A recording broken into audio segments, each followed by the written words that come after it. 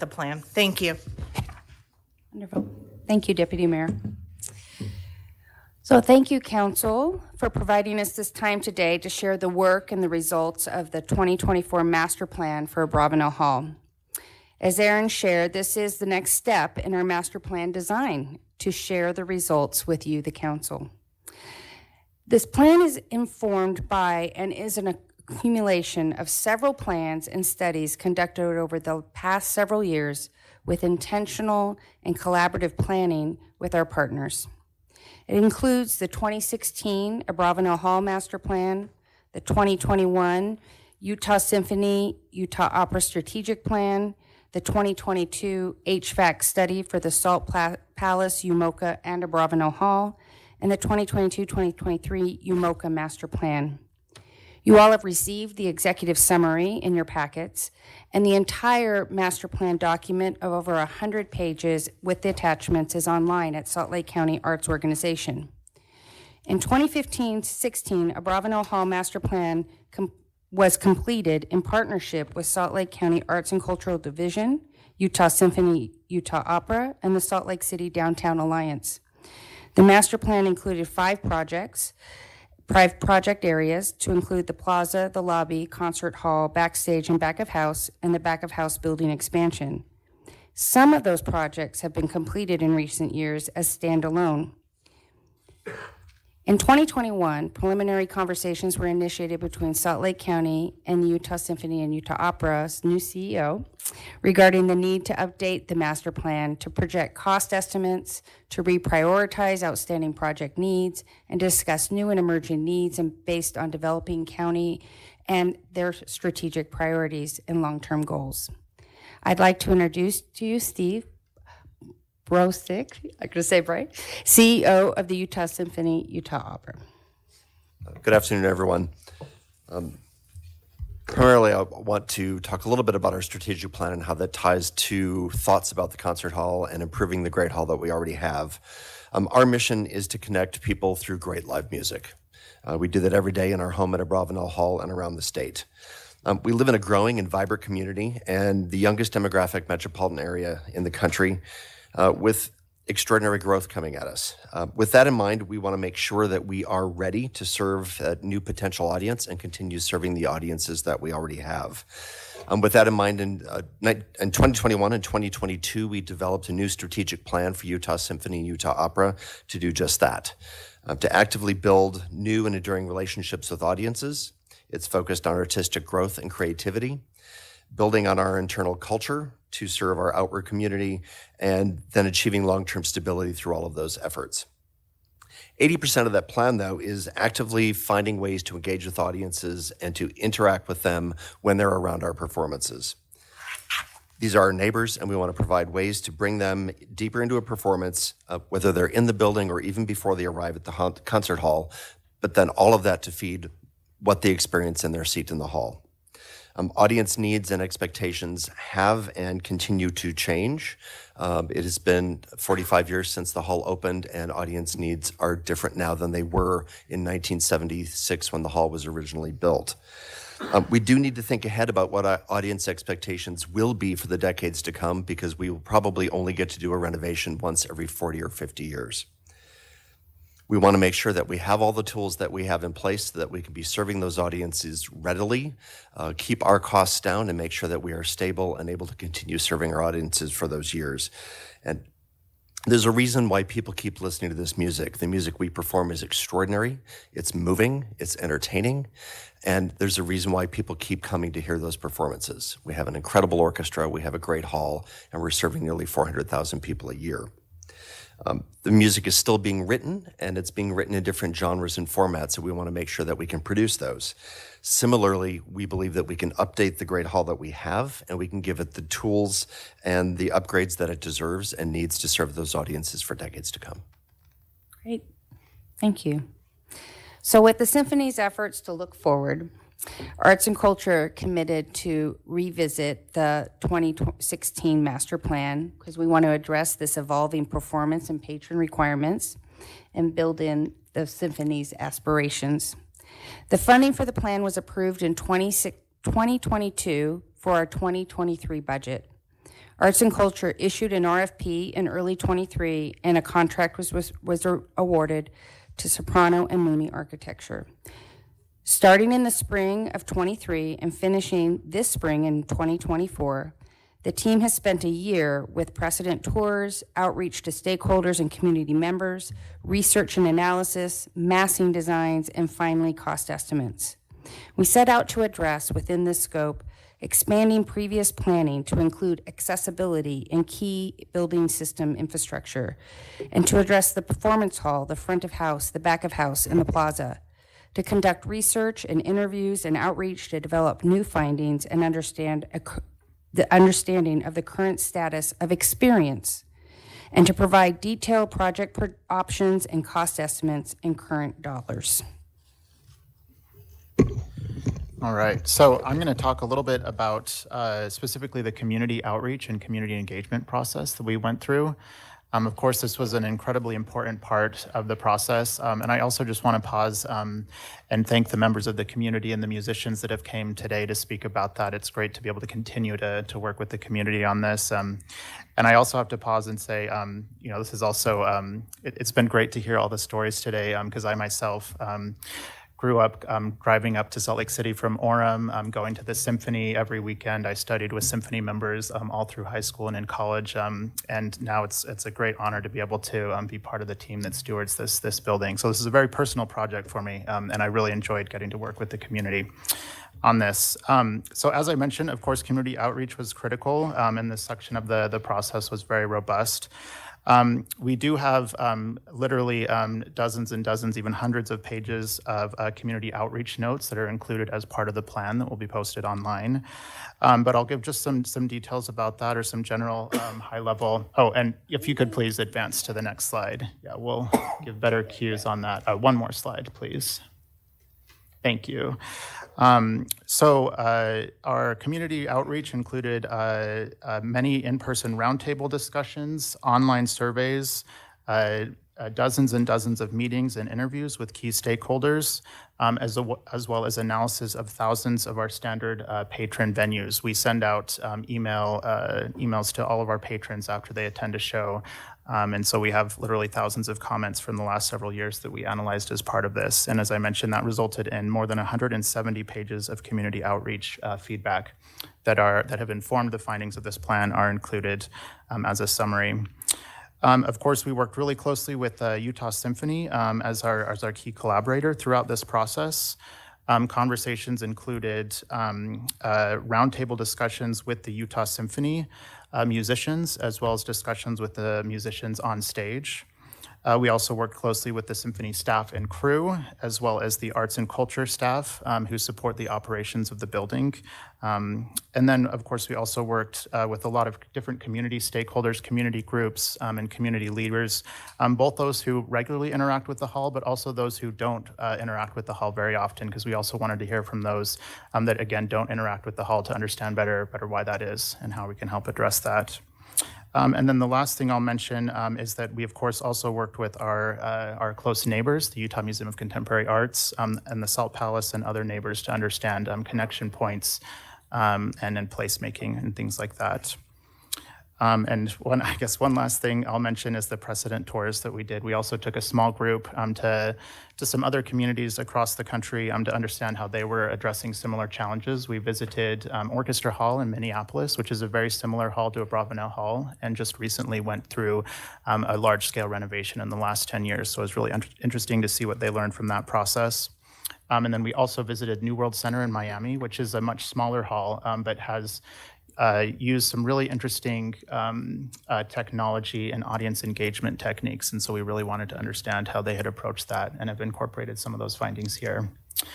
So next, we will switch gears to, if you'll advance this slide, and we will talk about the 7 general findings. Sorry, back one more. Yes, thank you. And so we'll talk a little bit about the findings that resulted from all of this community engagement and study that we undertook. John? Good afternoon. Our acoustician's first observation was that the acoustics of the hall were excellent.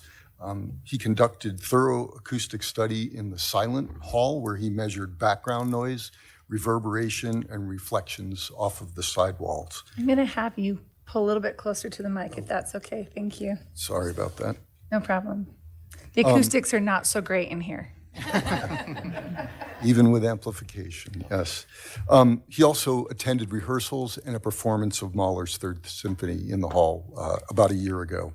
But probably the most important thing that he did was he had extensive interviews and discussions with the musicians, and he'll tell you that himself. And as part of the master plan, he provided recommendations for improving sound for both the traditional symphonic performance as well as amplified performances. Acoustics are based on the hall as it's currently configured, obviously, and any changes to seating and other renovations could possibly have an impact on these acoustics. And he and our team taking any changes very seriously, and would spend a lot of time considering what those might be. Thanks, John. The concert hall is the orchestra's single largest instrument. It is, yes, it's a room, it's an auditorium, it's a place to hear concerts, but it actually functions as an instrument. All of our individual players have their own instruments and they bring their talents to the table, but it's actually the concert hall, the room itself, that blends all of that sound together and creates the sound of an ensemble.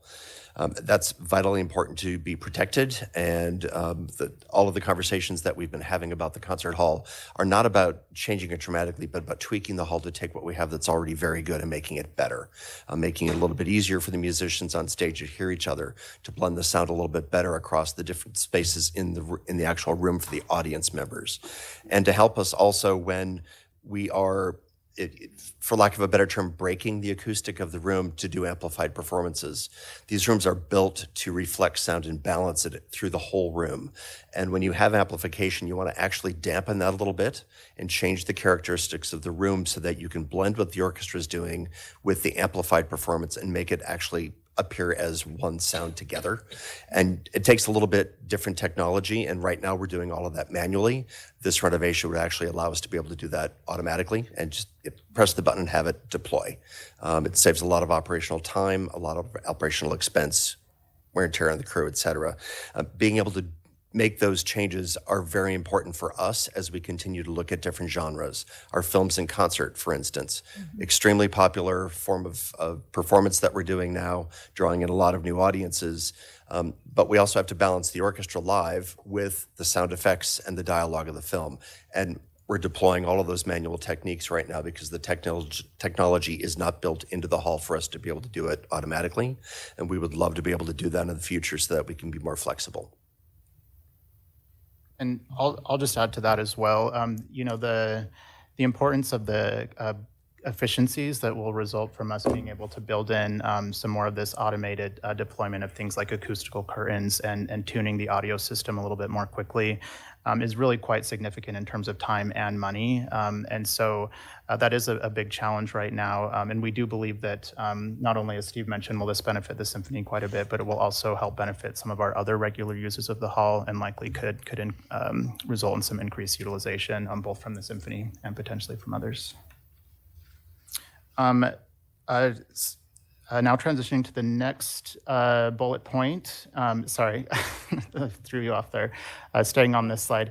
We're going to talk about number 2 actually on the next slide, but to quickly address finding number 3, I mentioned as part of our community engagement that we worked with a lot of different community members and organizations, both those that work regularly with the hall and those that don't. And we did find that there is a perception in the community that Abravanel Hall is exclusive and maybe not a place for them. As we've all seen, there's a huge cross-section of the community that really loves the hall, but there are also those that don't have those experiences. And so we want to be really careful about how we design this renovation to make sure that we're really carefully considering that. And so, of course, at Salt Lake County Arts and Culture, we're considering that really carefully. And then I'll let Steve speak to kind of how that plays into the symphony's strategies and approach as well. We would love to be able to have more space to actively engage with audience members as they come in. So many people now are not listening to orchestral music at home. They're not growing up with this. They may come to a 5th grade concert, but may not come back to us until college or adulthood. so many school programs are being reduced in the arts instead of being expanded. And we would love to be able to find ways in the lobbies and around the hall to be able to actively engage with people and get them closer to the music that we're doing. We would love to have wayfinding that is more effective for people who aren't familiar with the hall. Maybe that's even in multiple languages so that people are more familiar and they don't have to worry about is English their first language. We want to be here and serve everyone that we can, and we want to be active in drawing in audiences to this great music. Okay, now we'll transition to the next slide, please. So for these next three findings, I'll kind of talk about them kind of together. There's a lot that's summarized in very few words, and so there's a lot of additional great detail in the full master plan itself. But as I mentioned, there's a lot of overlap between these three, and so I'll summarize it kind of in maybe four general areas. The first, of course, is accessibility and ADA standards. That was a significant challenge that we knew going into this master plan, and was very much affirmed through all of the work that we did. There's a lot of challenges with access to the hall itself, particularly for those with that are using wheelchairs or other mobility devices. Issues with lack of wheelchair positions, slopes are too steep, things like that.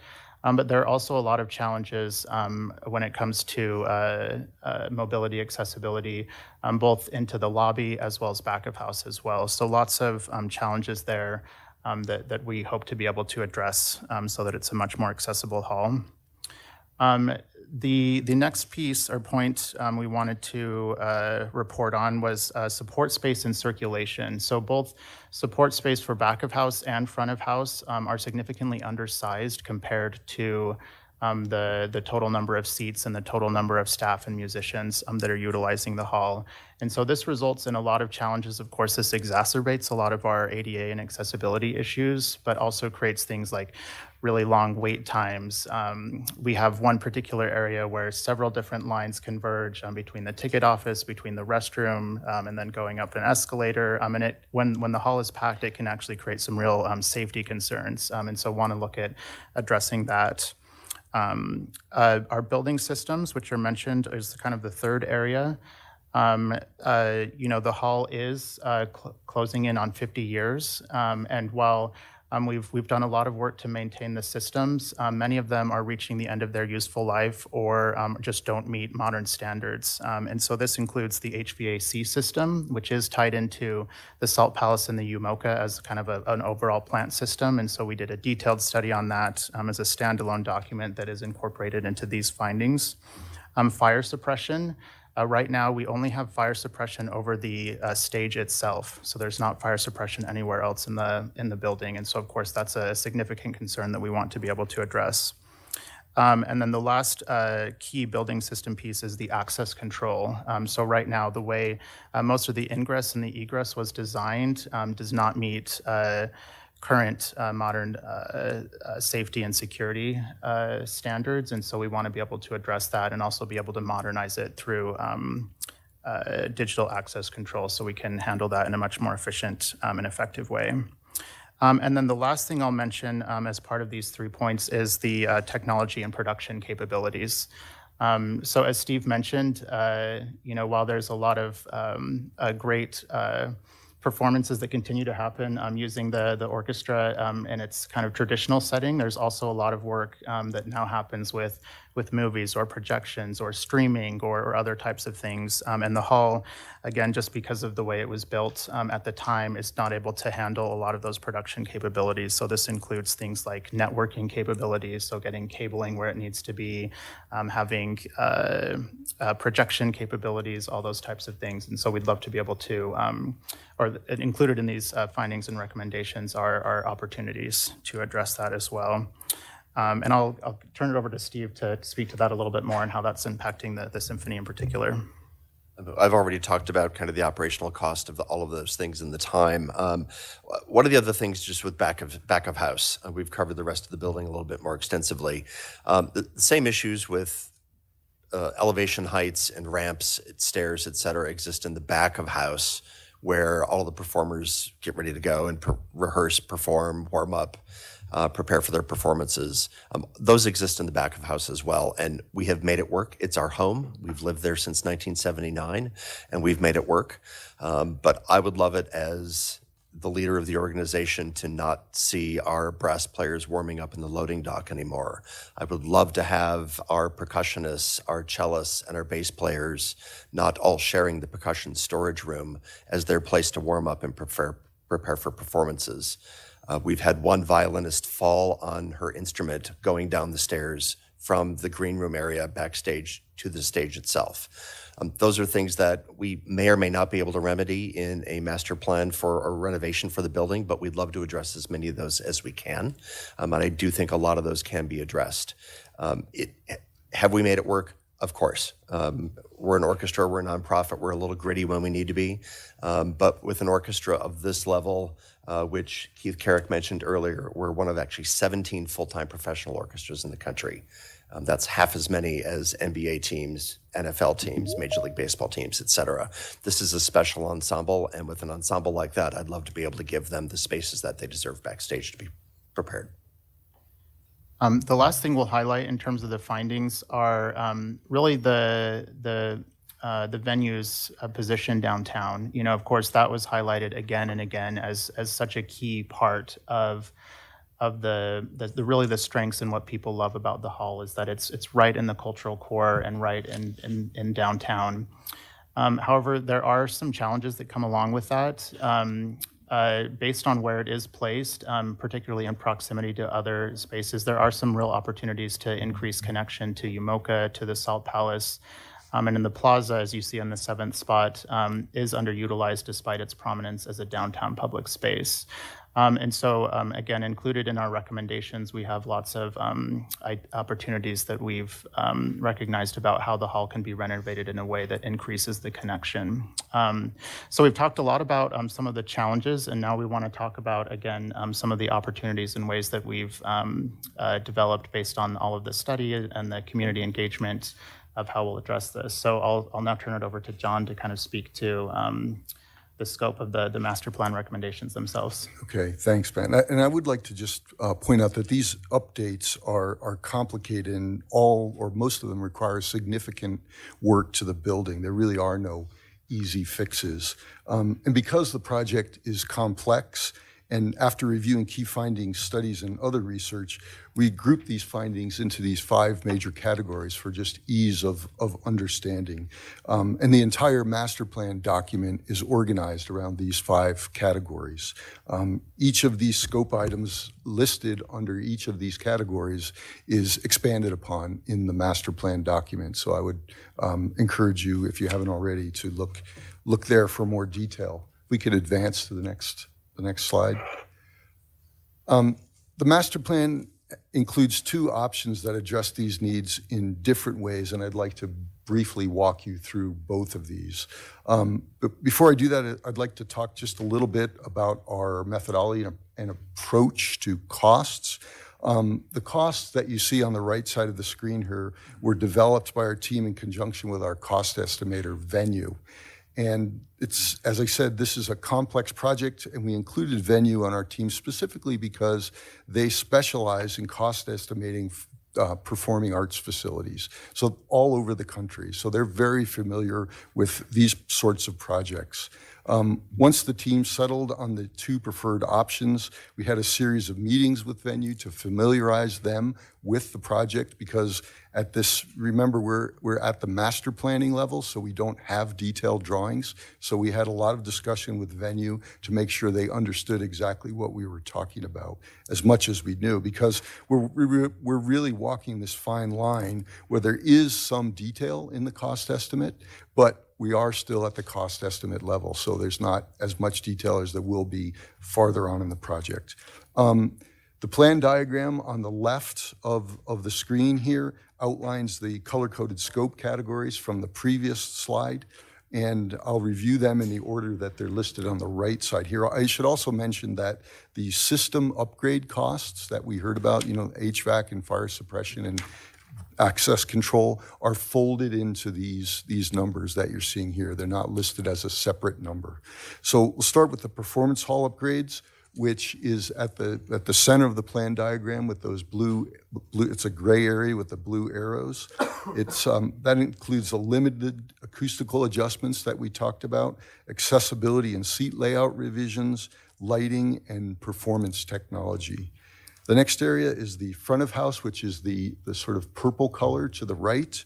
And that includes a lobby expansion, the addition of restrooms and elevators, addition and reconfiguration of things like concessions, coat check, and box office, and also improved signage. And I'll just point out here that the lobby extension is to the north in this option A, which is it's very different in option B.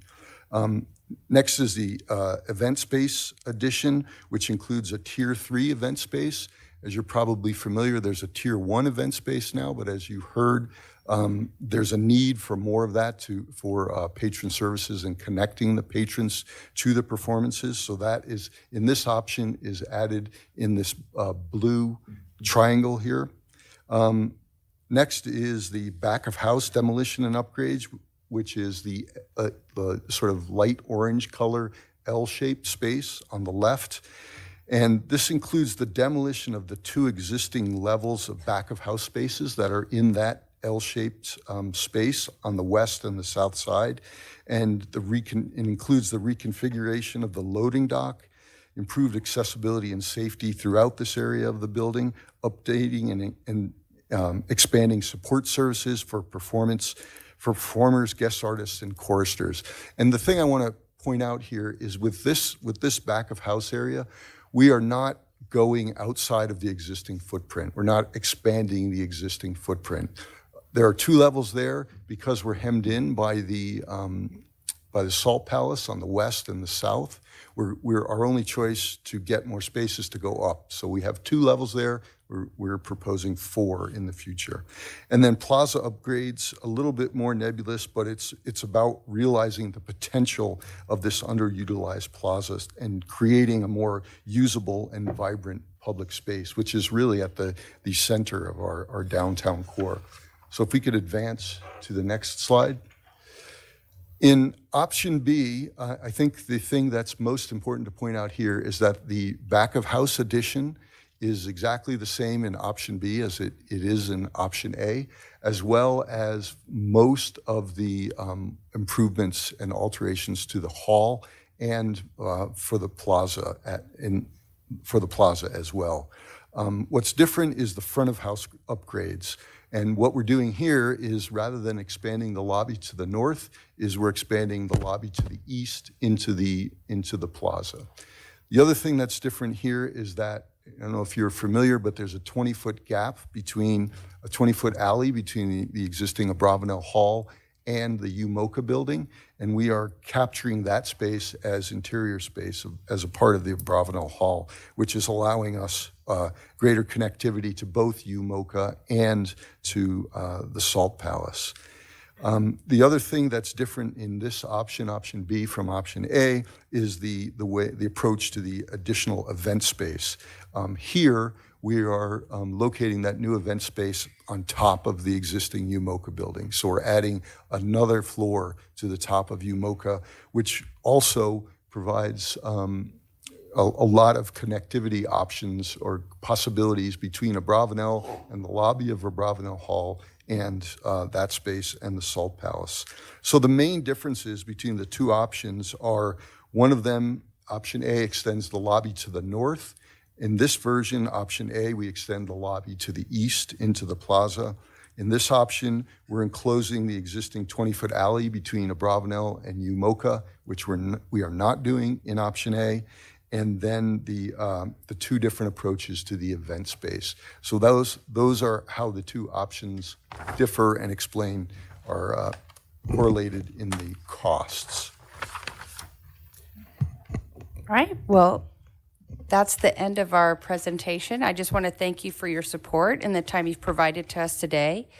The master plan is the first step in understanding how we can approach a renovation. We recognize that there are discussions around this facility, and we're glad to have this plan completed and in hand to help inform the priorities and needs of the Symphony and Salt Lake County.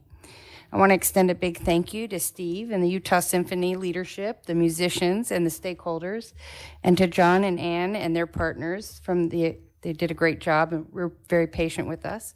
And to Joseph Myers from Kierkegaard Acoustics and the team at Theater Projects. But I really want to thank the patrons. They attend the performances and they provide beneficial feedback on their experiences, and that's helped inform this plan. And I want to remind everyone that the entire master plan document with attachments is online at saltlakecountyarts.org, as well as the 2016 master plan council presentation from that time period. So thank We do you. have some questions from council. So I'm going to turn the time over to Ann first, and then we'll go to Amy next. And then Sheldon after that. I have a couple of questions. I believe, Matt, you used the term end of useful life. What things are categorized in end of useful life that would be immediate needs versus future enhancements that are looking into the future? So what needs to be done right now and what is a future? Yeah, absolutely.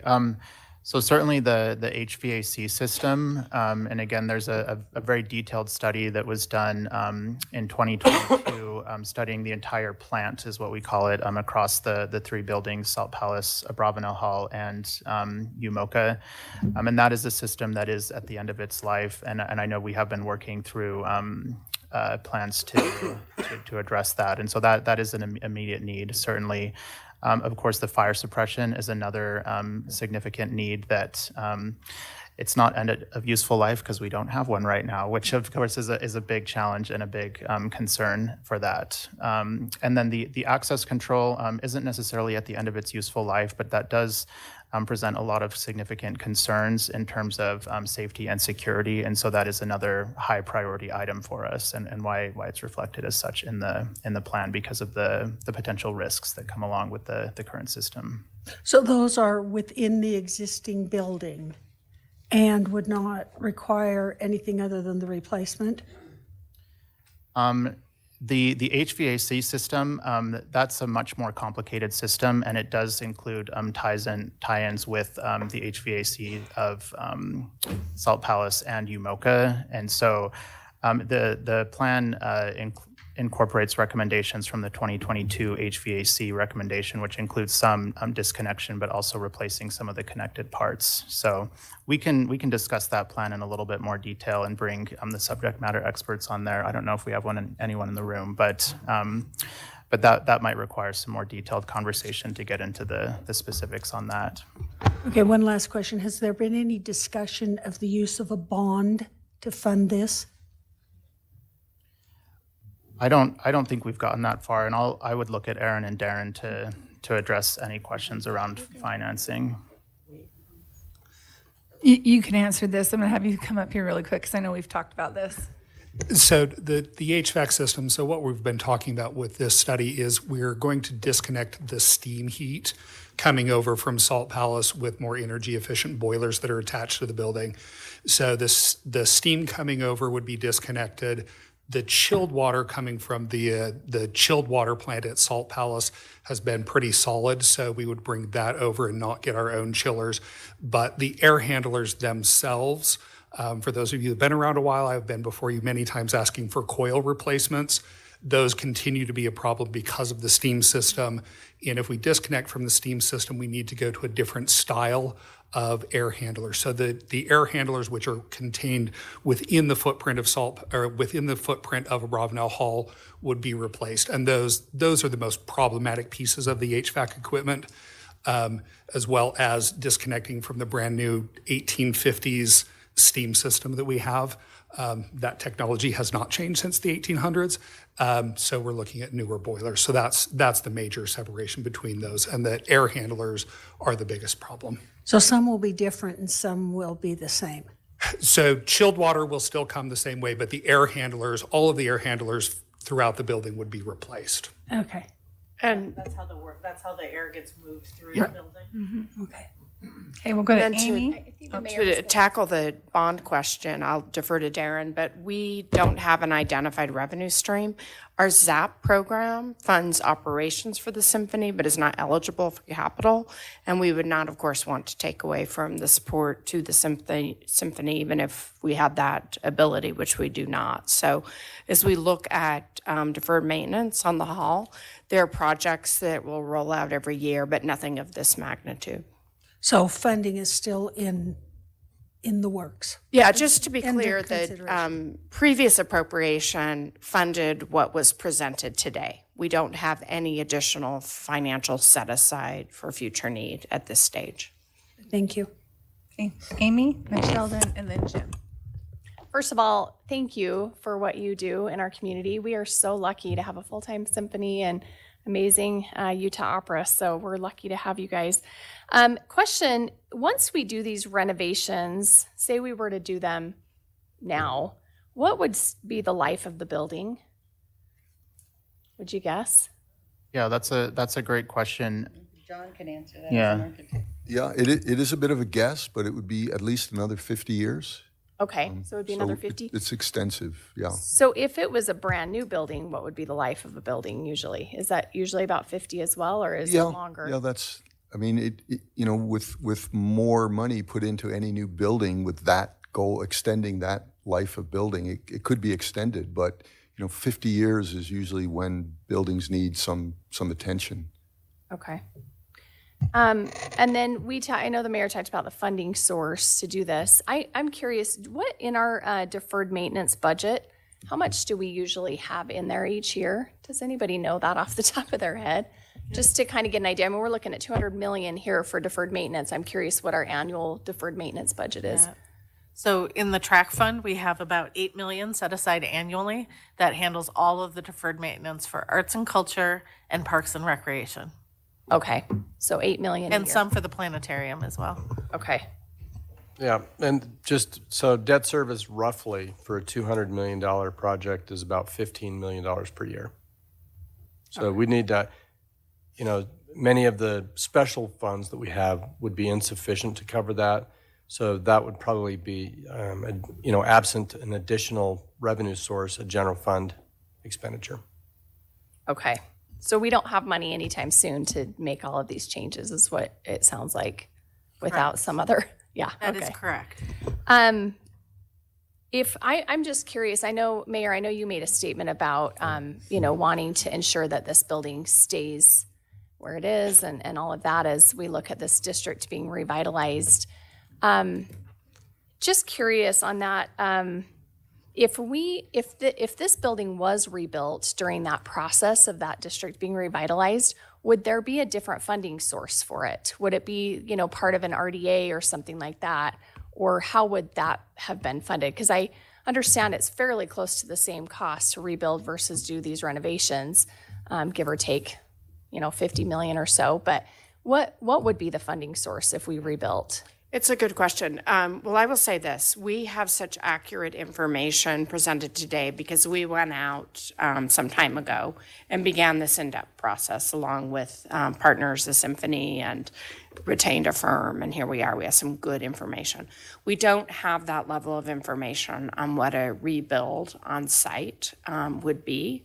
We have some assessments, some basic square footage analysis. We think it's anywhere between 200 to 250, could even be higher to redo, but we think to rebuild from scratch. But it's the same principle as your own choice of a almost 50-year house, right? We've all have neighbors or family, or maybe we ourselves have been down that road. So we are looking just at very high-level assessments of it being probably fairly equal cost to rebuild versus renovate.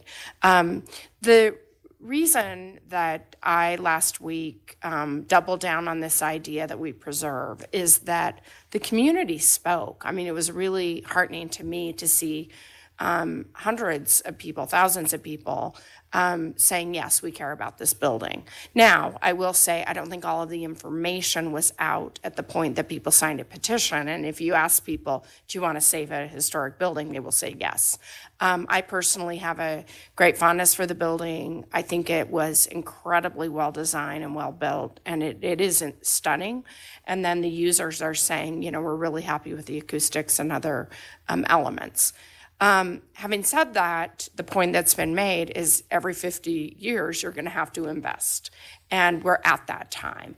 So one thing that became very interesting to me is this idea as we're developing concepts right now around an entertainment district. Nothing is set in stone, but we're looking at need for maximizing our Salt Palace and perhaps some state revenue for that, or a revenue stream identified by the state for that. The same goes of this hall. I do think that we're in a unique moment in time where we perhaps would not be, as a county, in this position to be like, oh, look at the cost and where are we going to get the funds. I think having talked to many in the legislature, the governor and others, there's a real interest in investing in the broader entertainment area now that hockey is here, knowing that there'll be additional revenue coming downtown that we'll be able to capitalize on for the future. So I think that the interesting question is we're in a unique moment in time where there may be some money on the table as we look at the broader entertainment district. I have not had conversations with the governor, any legislator, or anyone about our deferred maintenance and needs on the hall. So what I committed to last week and am doing as we speak is trying to see if there isn't a way to do this and there isn't a way to improve our Salt Palace at the same time, have a win-win for all, preserve this hall and find some revenue, but we're just not there yet. Just a follow-up question on that. I would be interested, and I think taxpayers deserve to know this too, of, if there is money that's going to be infused in this district, whether this building stays in the same place and just needs renovations versus is rebuilt and part of the new plan, does that affect if we can get funding one way or another? And I think that that's a big question on the table. If we're looking at $8 million a year for our deferred maintenance fund and track, and it's going to take how many years for us to, or they're going to have to do a lot of fundraising to be able to help with the renovation piece. But if we know it's going to be part of some bigger plan and there's the opportunity for something different, I think that's good information for us to find out. And I would hope as you have these conversations that you'll share with the council those plans, because I think that makes a difference for people. Yeah, absolutely, and I think you're making a very good point. I think, and I mentioned this earlier, I think there's a sense of urgency right now around all of this, and perhaps more than a little confusion in the community. It's largely due to the fact that the legislation requires Salt Lake City to implement its 0.5 sales tax on a very tight time frame. So even this evening, there is a hearing, and they will be debating all of the broader issues, Japantown, downtown issues, I'm sure there'll be questions about height, other questions directed at the proposed developer, Smith Entertainment Group. We are a part of all of those decisions, yet we won't be in a position as at the county without additional revenue to really do anything. Salt Palace, Abravanel, et cetera. So we are still needing to engage with legislators, with the state, with others going forward as we go into the next legislative session. So this is really critical information. It was on our plans anyway to present regardless of the downtown opportunity. But we do have some time. We're not, these aren't front burners we're talking months and months to come as opposed to days and weeks for us to make these calls. Thank you. Hey, go ahead, Stuart. Yeah. So just one thing, obviously these are estimates that have been drafted through this committee, but obviously we'd have a competitive bid process. So these aren't final numbers. They could be a little bit lower, they could be higher. We don't know what that's going to come. The competitive bid process could even drive some competitiveness, hopefully. So I think there's a lot of that in place. Obviously, this is the first time this council is seeing this. So, I mean, obviously, we've still got a lot of things. There's one thing that I found really interesting in the front of the house. Sorry, and it's probably just me, but allow alcohol service. And I've been to a lot of performances, and even in New York, I found it interesting that some of their places don't serve alcohol, and yet that made the list out of all the things. And I know it's probably a complaint because it's Utah and blah, blah, blah, but sorry, for a project of this scope, I really have a hard time that that made the list out of all the things, and that it got prioritized over back of the house. Because you made a point to emphasize back of the house, but yet we prioritized alcohol service in the order of things, even when we looked at the bids. And I have a Sorry, hard time. could you clarify for us where we've prioritized that over back of house?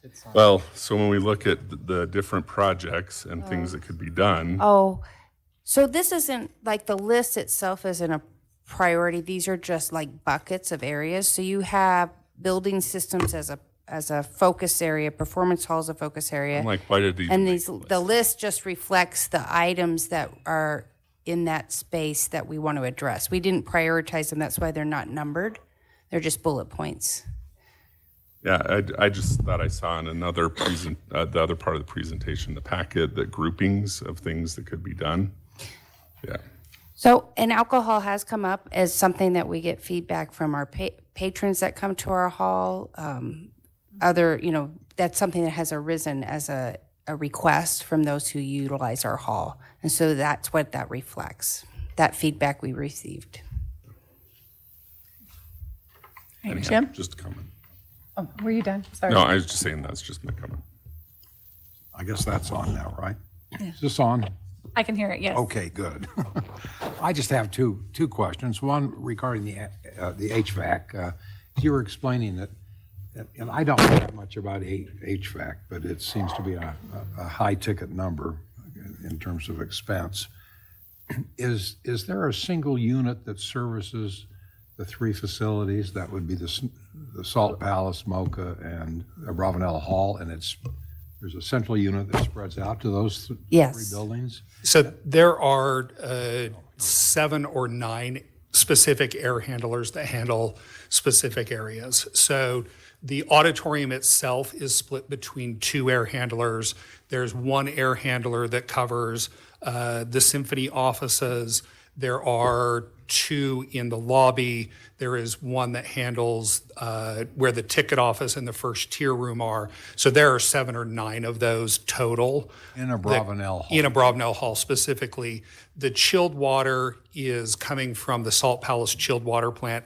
I believe they have 7 total chillers over there that kind of combine and serve different areas. The chilled water that comes to Abravanel Hall is a combination of some of those chillers. So when it is 105 degrees outside, all of their chillers fire up to provide the 40-degree water that goes through Salt Palace, Umoka, and our building. Now, cost estimates that I've seen, and I know everything's kind of like a moving target, so to speak, at this stage. The total HVAC system was pegged at about 80 million. Was that seem? So that includes the changes to the boiler systems, changing out all of those air handlers, some controls work, things like that. So that particular estimate we worked through with a different architectural firm as part of a campus-wide feasibility study to get that, and worked with a local company called Van Borum and Frank that is an engineering company that the county has done a lot of work with, and we really trust them. So they're the ones that estimated those plant costs. And I'll just add. I may have missed it in the presentation, but the percentage of that total cost of the HVAC and where it sends its product to the 3 buildings, what percentage would be fairly assessed to Abravanel Hall? So Not the whole 80 million. No, it's not the whole 80 million. And because of the kind of overlap between those systems, a portion of that $80 million, which was in 2022 dollars, so it's of course been escalated, but a portion of that is reflected in these numbers, and a portion of it would be reflected in other estimates for the larger system. So I don't know, John, Is if there you a can number speak in the specifically study to that that, just or we might need presented? to dig into those numbers and follow up. Yeah, we would need to dig into that level of detail and how it's been dispersed. And as we set our priorities, flushing out what each building's going to cost may help educate us towards what the good decision is. That's why I asked, so thank you for your, We can break that up and get back to you, Jim, Yeah, on what no, that's going to that's- be. that's Because there's a fine. cost for the Salt Palace, there's a cost for Umoka, get and there's a cost for Abravanel. And just so you understand, the HVAC system's going to stay connected. The heating systems are recommended to be separated out, and we would put a brand-new heating system directly into Abravanel. It would no longer come from the Salt and it's Palace. just exclusively for the use of Correct. Abravanel. That's Right. correct. And I would just add, as we look at where we could go with a partnership on the renovation of this section of downtown, if we're looking at a revenue stream that's identified by the legislature next year, we would be in a position to be making some big changes to the Salt Palace. The benefit to that is more conventions, more revenue, and more revenue on site. However, any of the HVAC estimates would no longer be really relevant because we would be looking at a rebuild of sections of the Salt Palace and a separation of Abravanel. So if it's renovated, we'd be perhaps even starting from scratch on both, depending on what happened on the Salt Palace side and Umoka. So that particular piece is very subjective until we have a broader game plan on all of those facilities. It is clear that it's not going to be like 80 million for the Abravanel part of. No, it would not be. No, but it's a significant piece of it based on Yeah, well, I understand that. the need to that- heat and cool that very large building. All right, the second one is a bit esoteric, I guess. And I believe the architect, you were talking about useful life of a building and floated out the number 50 years before you need to start reinvesting in it, and that's where Abravanel Hall is now. Is there a philosophy among architects that useful life, a building can have useful life beyond the cost of repair? The city-county building, here locally, it has a useful life that we have to, we've done things to it and we'll continue to do it.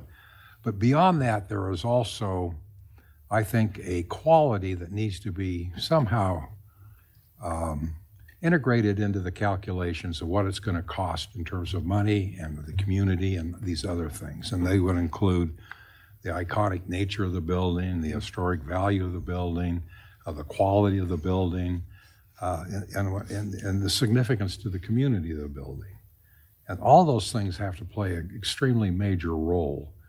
And not that you subvert the cost of the money to these types of values, but certainly they have to be weighed in and with significance too. Now, I was just wondering, when you were suggesting 50-year life, now, you wouldn't suggest that it's time to tear it down. No, and yeah, I'm sorry if I was No, you unclear didn't. about that. think you did. What I mean by the 50-year lifespan is that it's plus or minus 50 years that you're going to have to make a significant investment in updating systems. And I did not mean in any way that it needs to be torn down. Yeah, no, and I didn't gather that from what you said. But when you build a building, any building, whether it's your house or a civic building, the forces of gravity are working against you from day one. Yeah. And it needs to be maintained. Anybody that owns a house know that it needs to be maintained. And so that 50-year lifespan I was talking about is that major investment, again, in 50 years, plus or minus. I mean, it's not an exact science. So does that? Yeah. Because all those things that you mentioned about the intangibles that buildings contribute to a community are very important. I mean, that's certainly, I would agree with you completely there. Hundreds of buildings across America that you would die to defend if they were talking about demolition. So anyway, I just wanted to see if there was a. No, I didn't mean. Like I said, it was going to be esoteric, so I don't expect an answer. But thank you. You did answer it. All right, Suzanne, and then Dave. Thanks so much. I had a question about, given the ongoing discussions with a possible revitalization of downtown Salt Lake, what would be the timeline or difficulty level of giving us an option C or D that might integrate into some of those ongoing discussions for the entertainment district? Perhaps, lobby expansion to the west, or I mean, obviously you would need the expertise and input of your stakeholders, but how difficult would that be, and what would the timeline look like to get an option C or D that might integrate with these other discussions going on? Well, the first thing that comes to mind is I would need a funding source to pay for the architect to do that. You're welcome. So, we would need to have the funding, and then we would obviously have to contract that out. And so that would take the time. And then I would defer to John in terms of how long that would take to mass a design, some design concepts. Yeah, I think an important point here is that we have not seen anything to do with this district. Our scope of work is essentially at the exterior face of the building of Abravanel Hall. So once that is somehow decided, then it wouldn't take terribly long for us to get additional options. I would also say that we did have option A and option B here, but they're not even, I wouldn't even really describe them as designs.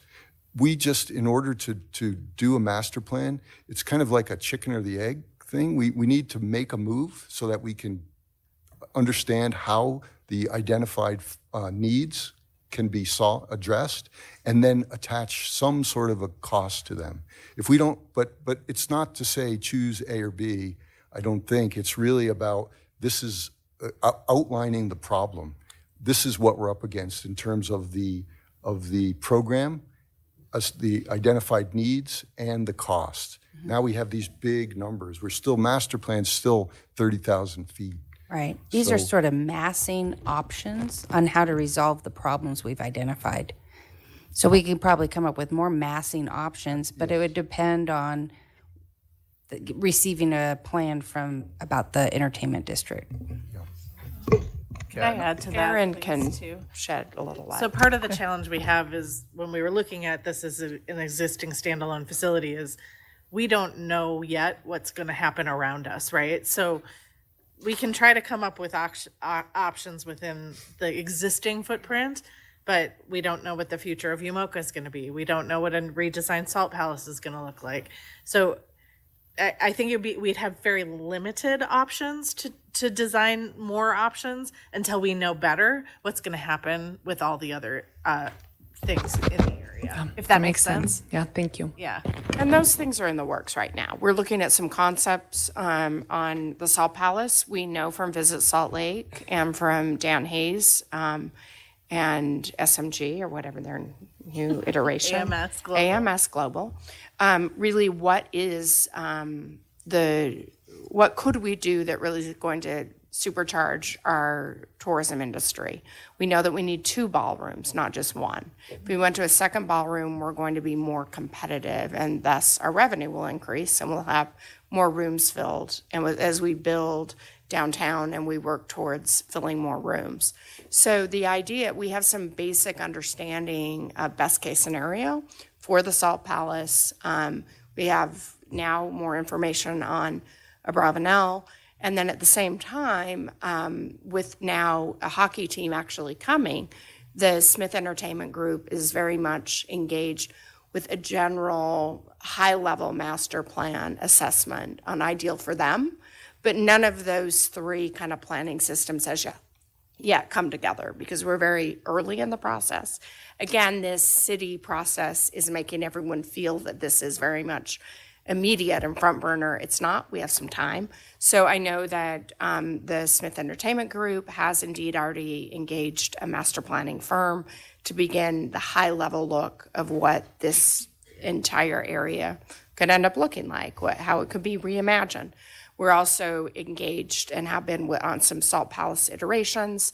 I actually talked to Aaron just the other day and said we need to go back to our architectural firm, given the high interest of preservation of the hall and see if we can go back to the drawing board a little bit. So we're in process on that. So I think, again, in the weeks to months to come, we can have those three planning entities get together and we'll be at that next phase to make some, to lean in on some community priorities around this based on all of the goals. I mean, everybody wants a soccer or a hockey team rather to do well, and the Jazz to stay and do well as well.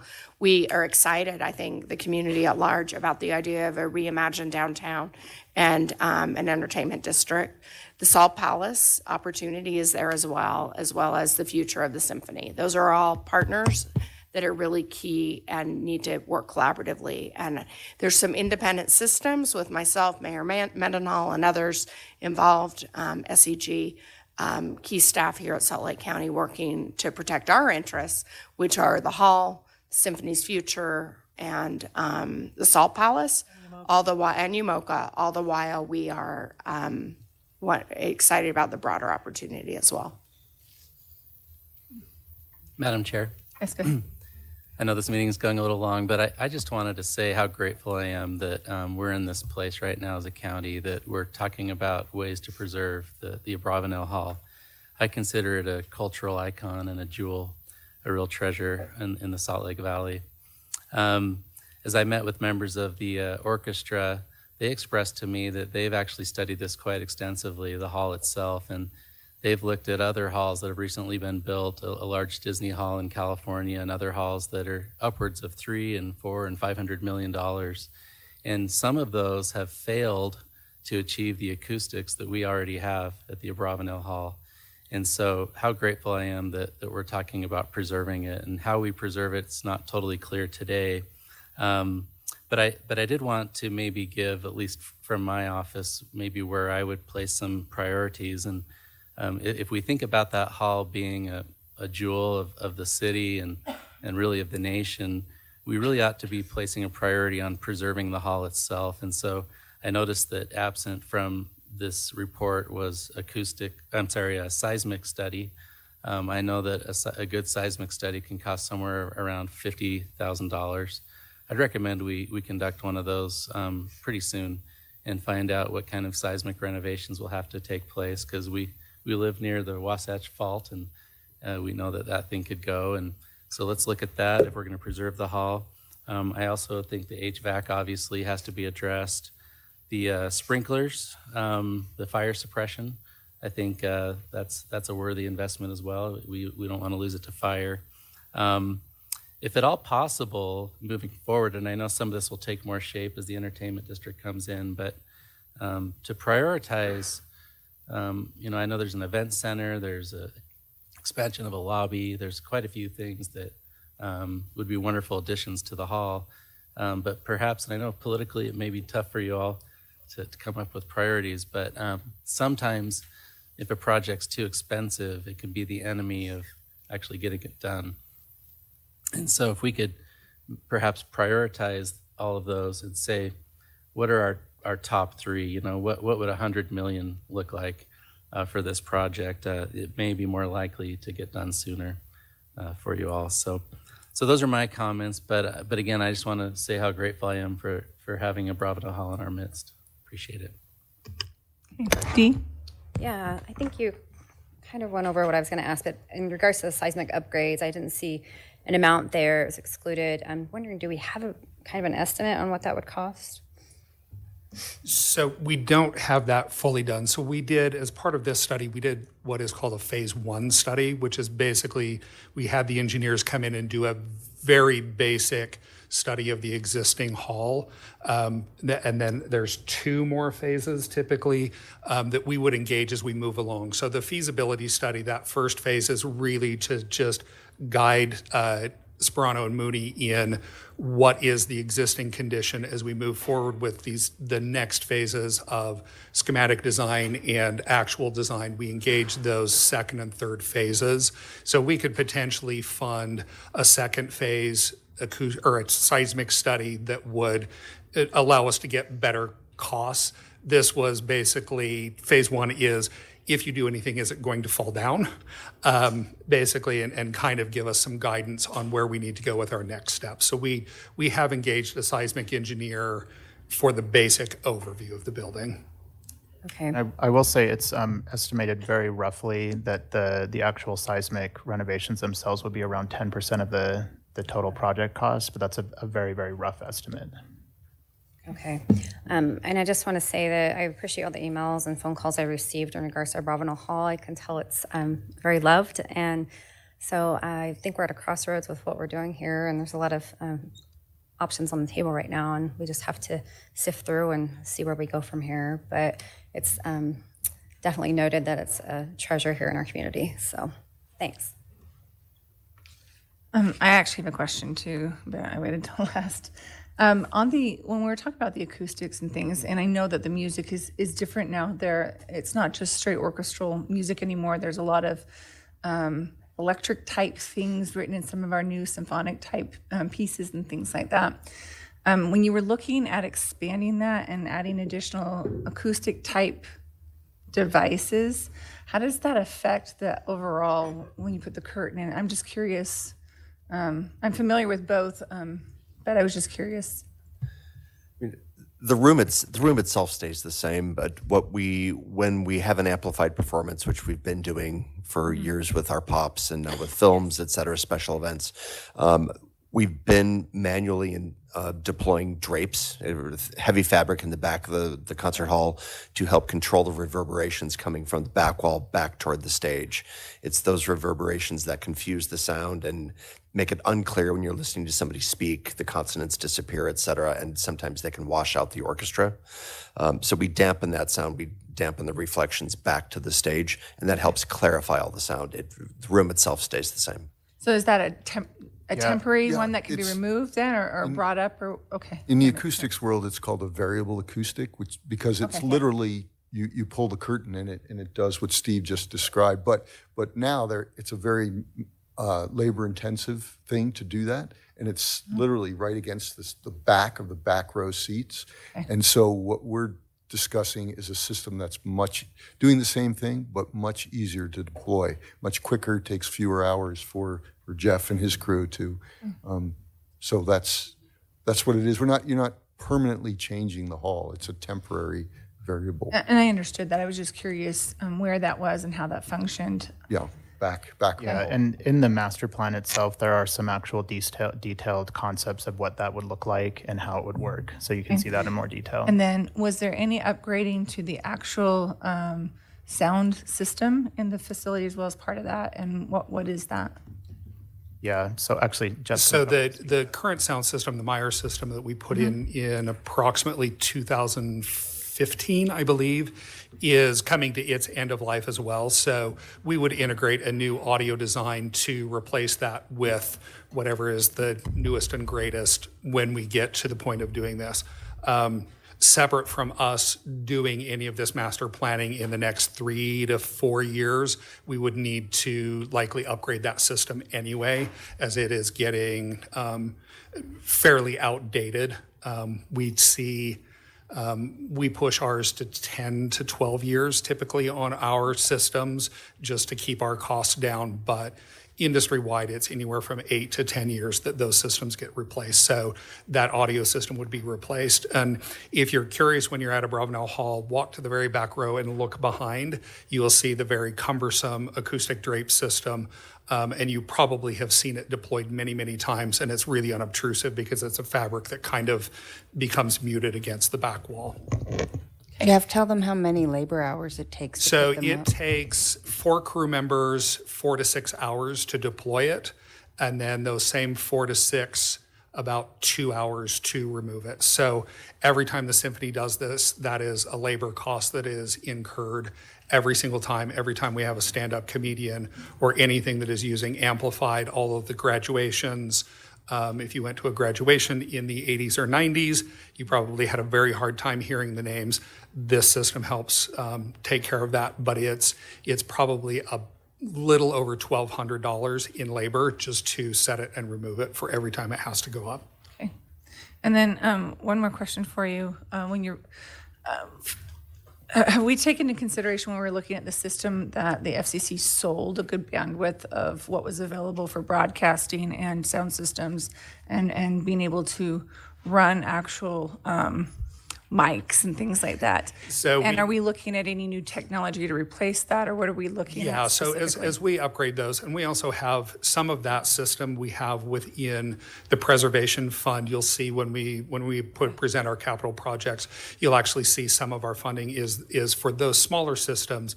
We maintain those through our equipment replacement budget that the council has approved. So those systems, we try and stay up with the industry as far as what is being eliminated. We've moved a lot of them off of those UHF and VHF frequencies.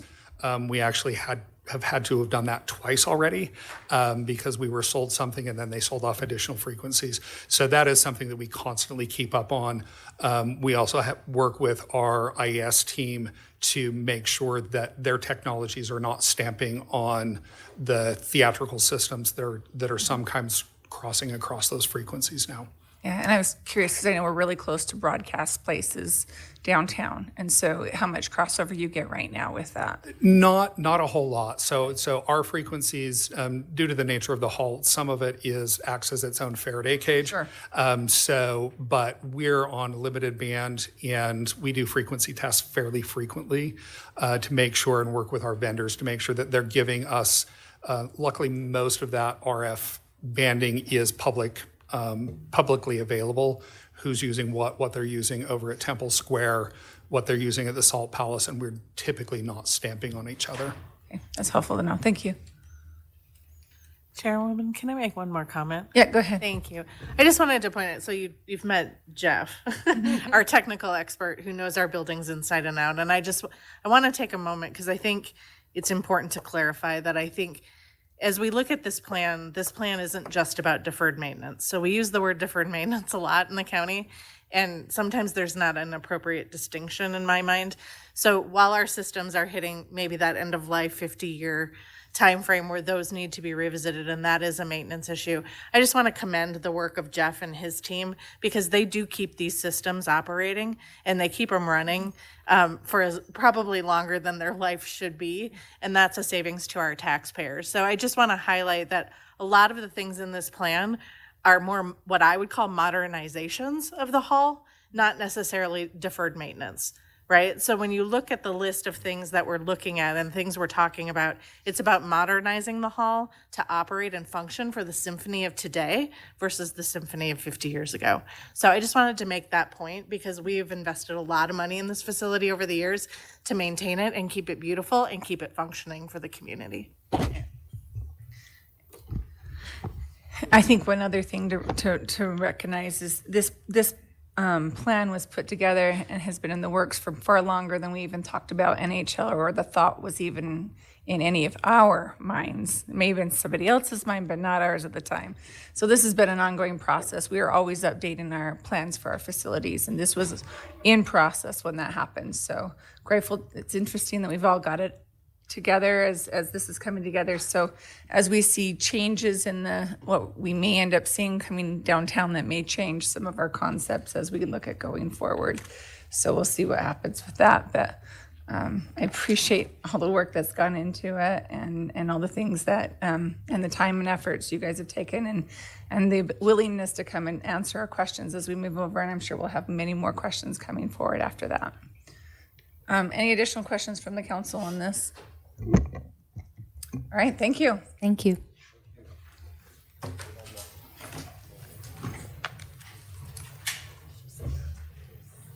Okay, our next item of business is item 4.7, informational presentation on the status of the EPIC project. And our presenter is Sharon Rue, our Human Resource Division Director. And Sharon, welcome. Hi, thank you. I know you've had a flood of information today, so we'll do just a brief, quick update on where we are with our EPIC performance management project. So we can go to the first slide. Just a quick refresher, since this has been going on a little bit. You'll remember that there was legislative intent that created really a pay-for-performance program. So that launched all kinds of work on my part, the team's part, to get this moving. We put a funding request in the spring of '22, which was approved, and then we began our project late fall of 2022 and really in earnest at the beginning of '23. You might remember that we split apart performance management and compensation so that we could do like 2 individual work streams and concentrate on both, but as separate projects that we will bring together later this year.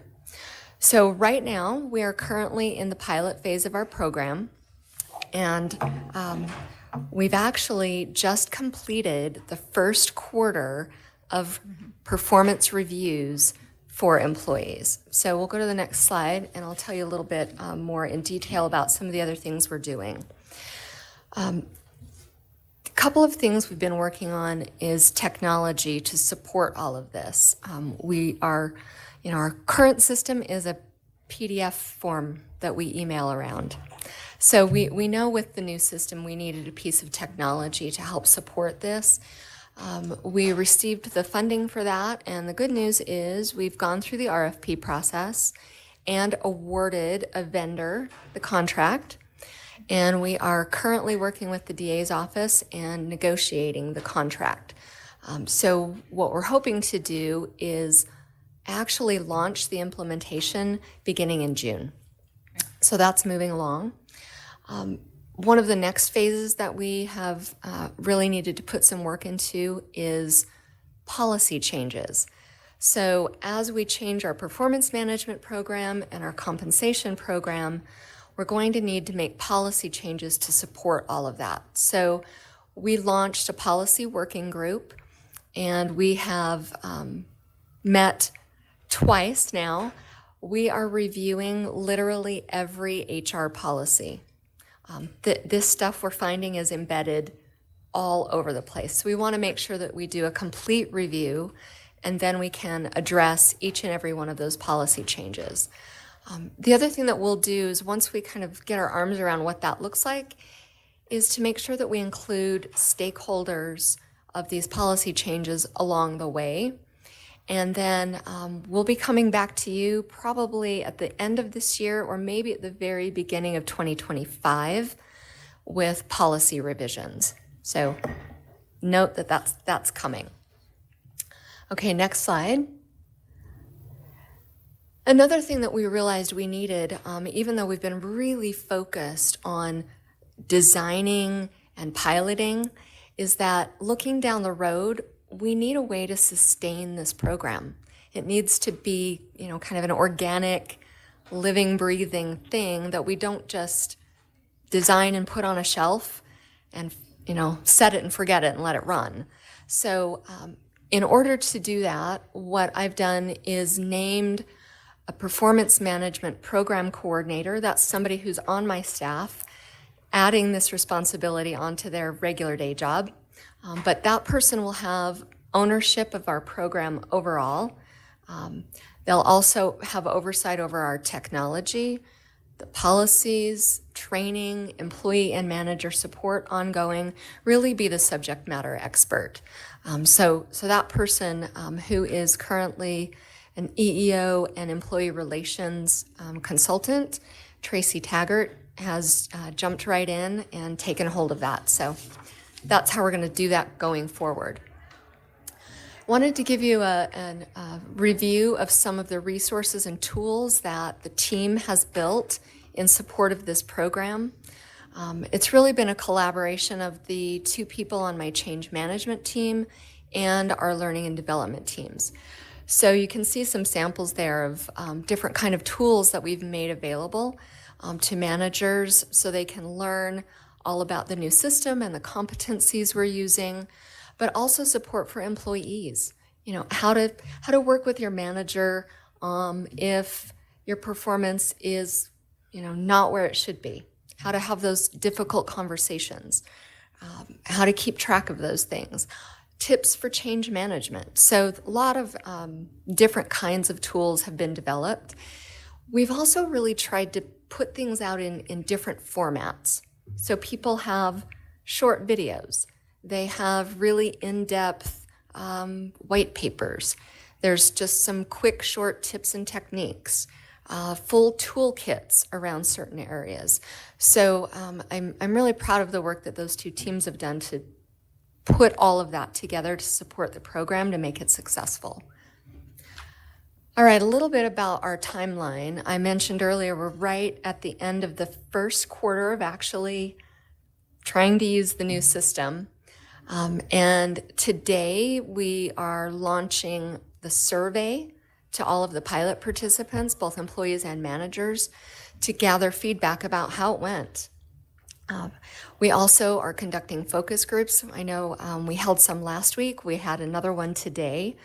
And we're gathering all of that information so that we can start to figure out what tweaks we need to make, right? Since we're in a pilot, that's the whole point of the program, is take what we learn from the pilot, enhance it, make it better, so when we're ready for countywide rollout, we'll have hopefully encountered all of the issues that that may come up when we roll it out to everyone else. So going forward, what does the kind of high-level timeline look like for the project? So we expect next month in late June and probably early July, we're going to get out some preliminary information countywide. So these are to the people who are not currently in the pilot. And we'll do some introductory town halls so that we can give information and let people ask questions.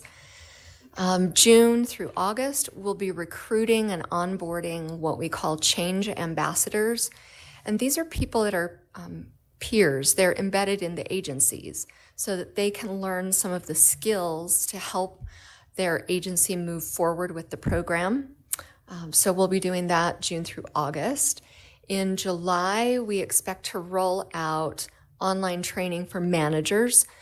A lot of this revolves around what we would call human skills in order to really have effective conversations and learn how to give feedback and learn to support our employees. At the same time, we'll also be helping employees learn how to participate well in the system. So that will happen in July.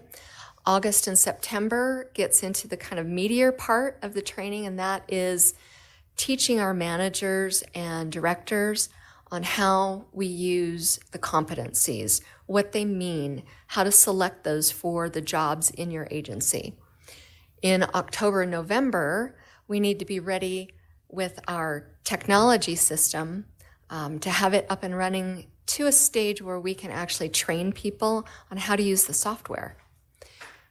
Then we'll go live countywide January 1st of 2025. So everybody should have their new performance appraisal set and ready to roll. Okay, on the next slide, I wanted to talk a little bit about what's happening with that second work stream of compensation. And within this, there are really two important parts. What you see in the regular font in each one of these is what we're doing to develop our new compensation system and address the challenges that we figured out early on we needed to address. At the bottom, you'll see some things that are italicized, and that's basically job pricing. So we also heard, right, in the fall budget that it was your intent for us to get all countywide or all county jobs priced. So the comp team, even though they're down one person, they're forging forward in pricing all of our jobs while we also build a new system. So that work is coming along. We expect to have that ready in time for budget season, which is strangely just around the corner. So that's happening right now and into June. Then in June, we will have a Total Rewards Advisory Committee meeting. That's actually just got scheduled today for June 13th to talk about the new compensation system. We will do an employee association presentation, and then we expect on the 25th to bring that to all of you so that you can understand what the new comp system looks like. We'll still be working on pricing the remaining jobs. And then in July, kind of August, we have to go into designing some training on the new comp system for our managers. We'll finalize job pricing and then start working on our budget recommendations that we'll share with you later in the fall. August, September, we have to roll out training to agency leadership so that they know how to use the new system. That's when we'll also start the work on integrating the comp system and the performance management system so we can bring the true pay-for-performance system to life. We'll be doing budget recommendations at that time. Then in October, we will start using the new compensation system. So we'll actually have people utilizing the kind of new procedures, continue work on the pay-for-performance design, come back and present that to you, and then the rollout of pay-for-performance, so that connectivity, really that was at the genesis of this entire project, that will happen in Q1 of 25 so that employees and managers will know what that looks like for that year. And then when we get to budget season for 2026, that's when pay and performance will be tied together. So that'll be the first time. So we will have had one entire annual cycle of performance to use for the basis. Awesome. All right, so the resources that we asked for in the spring of 22, and we actually really got in 2023, we had 5 FTEs. We actually filled 4 of them. So that is a project manager, a change management and organizational development manager, an organizational development specialist, and a learning and development facilitator.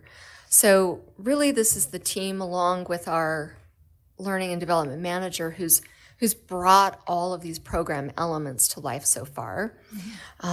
We will need them for the following year. So this will really be year 3 to finalize that as we roll out countywide. The other pieces that we had, the salary and benefits survey, which was completed, and the pay-for-performance consulting services, we've used about roughly half, a little less than half of that so far, and then the technology piece. So, and that's already funded. So what we really need to do is to maintain those 4 time-limited positions through the end of 25 as we go through the countywide launch. And we will be requesting that in the June budget. It won't be $2024. It will be really $2025. But that request will come now so that we can, if approved, we can get that assurance to the current staff so they know they have positions, so that they can continue the work on the project. If you'll go to let's see, and one more. Do you know how much that's going to be? I'm just curious right now. Yeah, if I did the numbers today, and I also did the numbers for next year, assuming, I put in a 3% salary increase. So that would be $465,000. That's fully loaded with benefits. Okay. Thank you. All right, and we would like to continue our consulting support as well. Since we pulled apart compensation and spent time with our consultant on designing our comp system first, we still need their support to help implement our software, finalize our training and documentation, kind of support after the launch. And really the big piece is the pay-for-performance implementation, kind of the design on that. So, all right. What questions can I answer? And do you know how much that would be to extend that contract? I actually am having our current vendor prepare a bid for us right now. I don't have that back yet. Thank you. I expect it to be similar or lower. The scope isn't quite as broad as it was for the first part. right, thank you. All right. Thank you. Any questions from the rest of council? I guess I better ask that first. Go ahead, Ann. Lori and I have attended a lot of your meetings, and I just want to thank you. This has been such a deep dive and such a transformational initiative, and thank you to the mayor's office for the support that you have given through all of this, because I know what it did to your workload. So it's been a lot of work. It's been excellent work, and thank you. Thank you. That's really, we have a great team. All the people, it's them really rolling up their sleeves and getting that done. So I appreciate that. I also want to say one other thing. I'm really, really grateful for those who are doing the beta testing right now. That has taken a lot of time and effort because they're kind of our guinea pigs right now. And so they're giving us a lot of feedback. They're getting used to the concept. And they've got some great people who are also part of their change management team. And from what I'm listening and hearing from the meetings and things we've been in, those people have been completely invaluable, and they're taking the extra time to come in and do it. So grateful for those who have looked at that, and appreciative of all the work they're putting in right now. Yeah, it's a big ask for all those people. There are over 800 people across the county that are part of the pilot, between managers and leadership. So yeah, we're grateful that they raised their hand and jumped in. So. And just so the council knows, our own tax group is part of this right now. So I actually attended the meeting today with them as they were giving their feedback. And so that was really helpful to hear what they were feeling, what they were seeing, and how that's been functioning. I think one of the exciting things that came out of that meeting is they were noticing, at least in that group, that their employees' evaluations were matching their supervisors' valuations. And that's actually kind of a rare thing. Usually employees or people tend to value themselves less, and the managers tend to value them a little bit more, or they're equal. Although there are cases where the employee values themselves way more and the supervisor goes, where did they get that from, right? So it's interesting to see how that is working. And so that was like kind of an ideal position. So it was fun to see that and see that communication flow might be part of what's actually helping with that. Yeah, I think that's the one thing that's bubbling up right now that we're hearing is it's spurring different conversations than employees and managers have had in the past. Yeah. And that's what EPIC was called, right? It's enhancing performance and improving communication, right? Really toward the end of, improving our performance. So yeah, I think it's going well so far. So grateful for that. Thank you all. Mm-hmm. Okay. Our next item is 4.8, informational presentation concerning the ordinance of general revision, amendment Title 19, Chapter 15, entitled Accessory Dwelling Units of the Salt Lake County Code of Ordinances. And our presenter is Kayla Maudlin, and she's our senior long-range planner with the Greater Salt Lake Municipal Services District, along with Zach Shaw, with our district attorney's office. So. All right, thank you. And Lauren's going to help me out with the slide deck, so I appreciate that. Great. So we're here to talk about potential amendments to County Code Chapter 1915, which deals with accessory dwelling units. And this is part of a broader strategy for Salt Lake County's moderate income housing plan. If you want to go to the next slide, Lauren. Which identifies 5 strategies meant to implement moderate income housing over the next several years. This is part of Strategy E, which is to create or allow for and reduce regulations related to internal or detached accessory dwelling units. Okay? So in your moderate income housing plan, you adopted an implementation element that details how each strategy will be implemented during this 4-year period. For Strategy E, there were 4 steps that we identified. The first being researching existing barriers to ADU construction, then reviewing literature and case studies related to overcoming those barriers, presenting our findings back to you, which we did back in March, I believe. It's been a couple months now. And then implementing solutions as directed by the council. And when we came before you with the findings of our literature review, our GIS analysis, and the survey that we had conducted over this past summer, you encouraged us to move forward with amendments to Chapter 1915, which we've now brought through the planning commissions and are bringing back to you today for public hearing.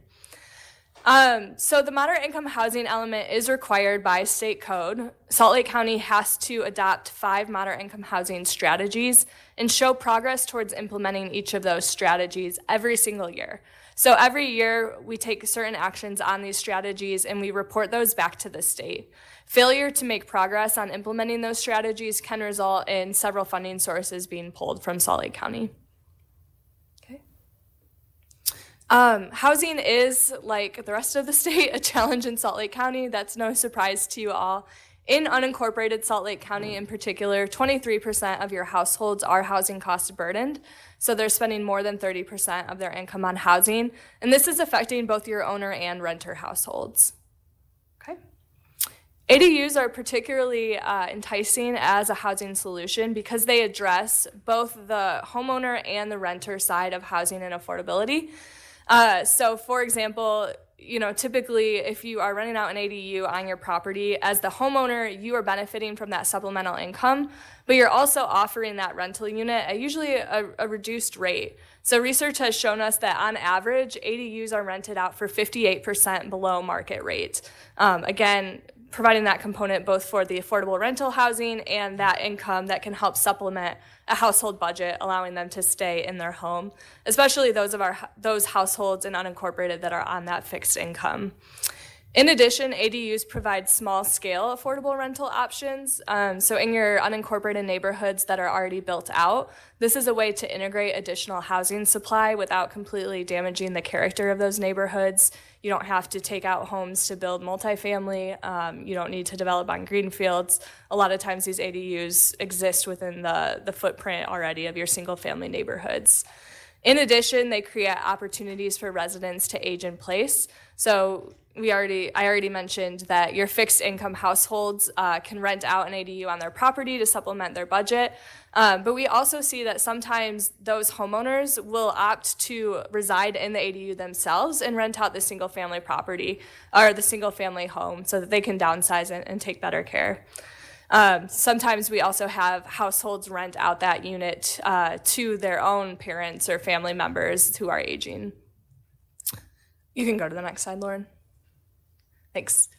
So potential barriers to ADU development fall into 4 main categories: political, regulatory, financial, and procedural.